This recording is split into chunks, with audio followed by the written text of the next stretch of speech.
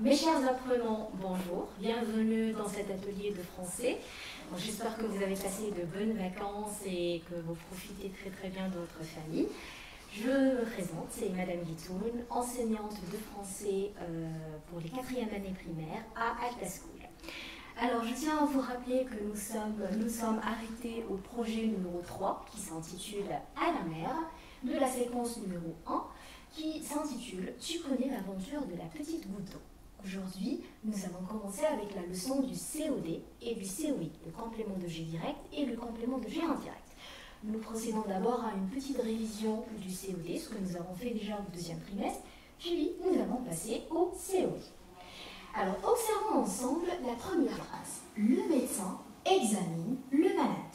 Où est le verbe dans cette phrase? Le verbe de cette phrase, c'est examine. Qui examine? Le médecin. Donc, le médecin, c'est le groupe nominal sujet. Il se compose d'un déterminant plus un nom. Le médecin examine qui? Il examine le malade. Le malade, il complète le verbe. Il est donc un complément d'objet direct parce qu'il est directement rattaché au verbe. Donc, la première ici, c'est le groupe nominal sujet et examine le malade. Tout ça, c'est le groupe verbal.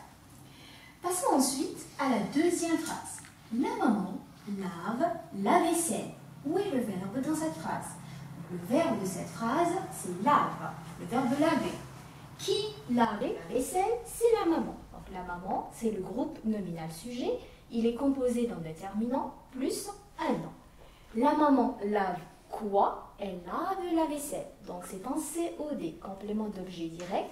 Il est directement attaché à son verbe et donc il n'y a pas quelque chose qui les sépare.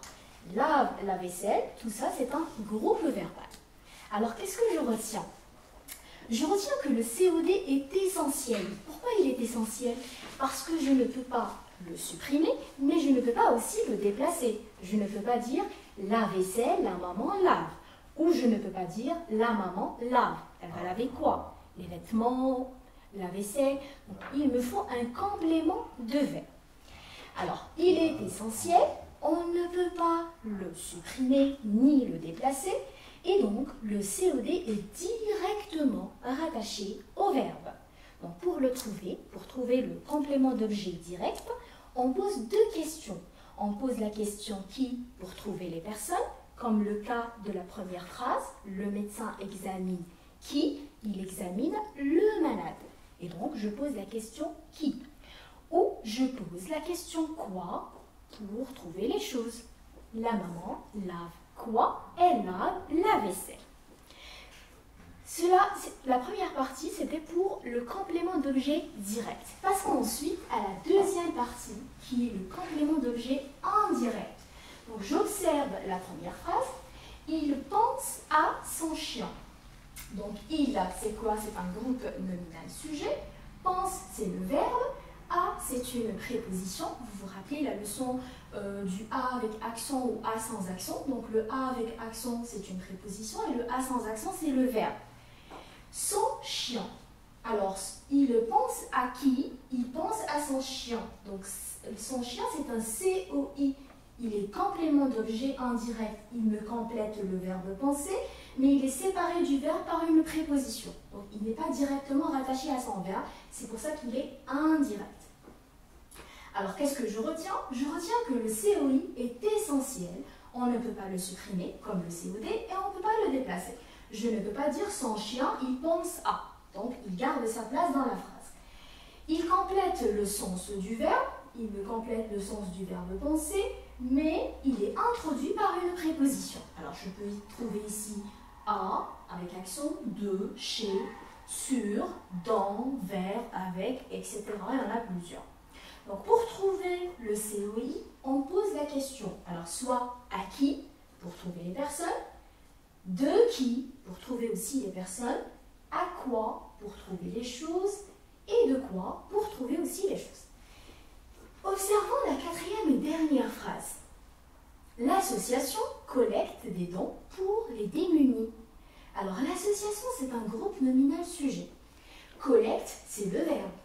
Collecte quoi? Elle collecte des dons. Donc, les dons, c'est un complément d'objet direct. Il me complète le sens du verbe il est directement attaché à son verbe. Par contre, ici, pour les démunis. Alors, pour les démunis, c'est une préposition que je trouve ici. C'est une préposition, les démunis, pour qui COI. Donc oui, dans une phrase, je peux trouver un COD et un COI à la fois. Donc, ce que je retiens de toute la leçon, c'est que le complément d'objet, nous avons deux genres de complément d'objet, le complément d'objet direct ou le complément d'objet indirect. Le complément d'objet direct se compose, il suit directement le verbe, et le complément d'objet indirect est séparé par le verbe, par une préposition. Donc notre cours touche à sa fin. Vous y trouverez par la suite des exercices qui vous seront envoyés sur vos boîtes mail. Je tiens à vous dire, mes chers apprenants, qu'il faut se laver les mains plusieurs fois durant la journée, mettre du gel hydroalcoolique et surtout de rester chez soi.